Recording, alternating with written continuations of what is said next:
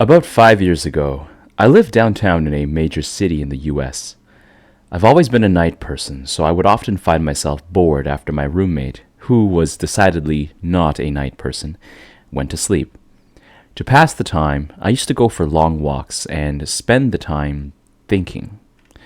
I spent 4 years like that, walking alone at night and never once had a reason to feel afraid. I always used to joke with my roommate that even the drug dealers in the city were polite. But all of that changed in just a few minutes of one evening. It was a Wednesday, somewhere between 1 and 2 in the morning, and I was walking near a police-patrolled park, quite a ways away from my apartment. It was a quiet night, even for a weeknight, with very little traffic and almost no one on foot.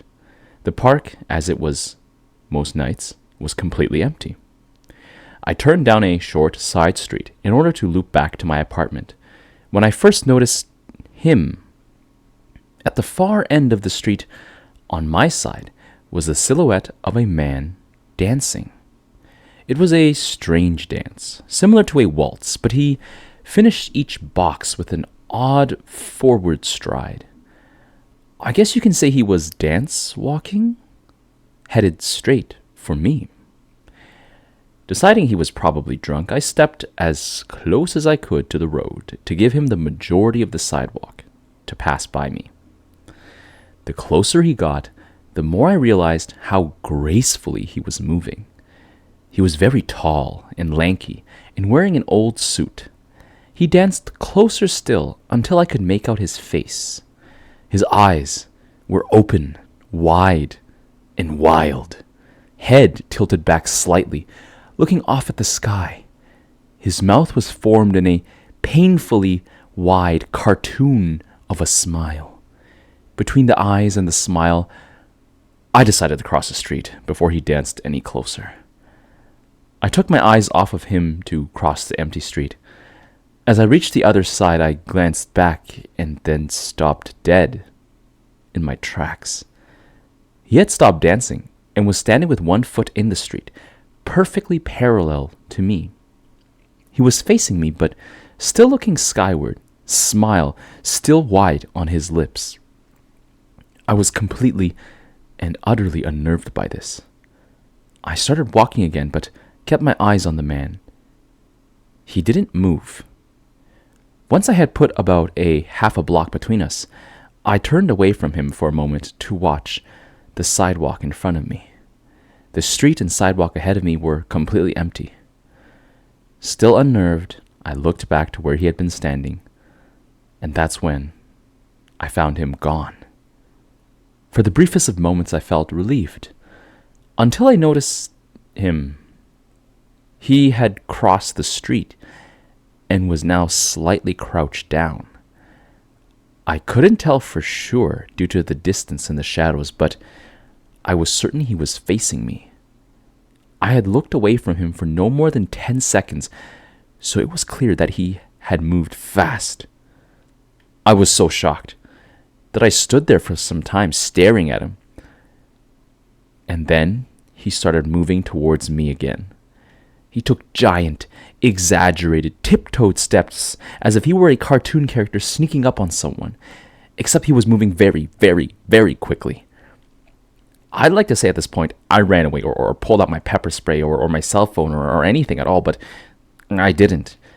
I just stood there, completely frozen, as the smiling man crept towards me. And then he stopped again, about a car lengths away from me, still smiling his smile, still looking to the sky. When I finally found my voice, I blurted out the first thing that came to mind. What I meant to ask was, "What do you want?" in an angry, commanding tone. What came out was a whimper. What? Regardless of whether or not humans can smell fear, they can certainly hear it. I heard it in my own voice, and that only made me more afraid. But he didn't react to it at all. He just stood there, smiling.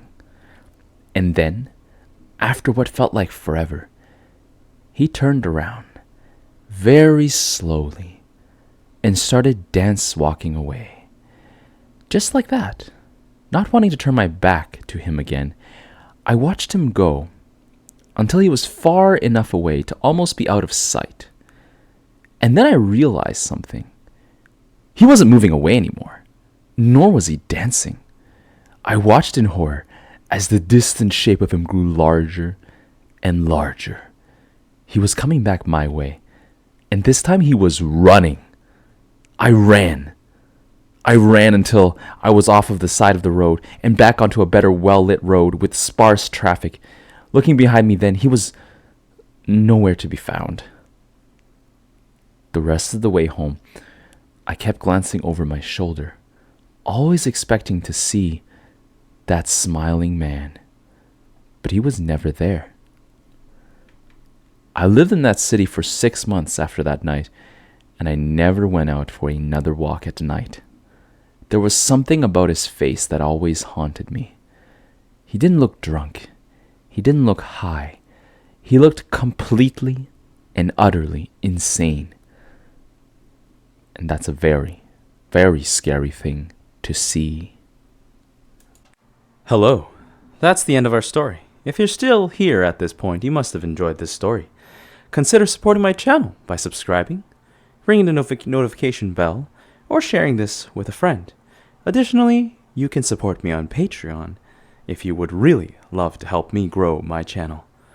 Thank you, and until next time.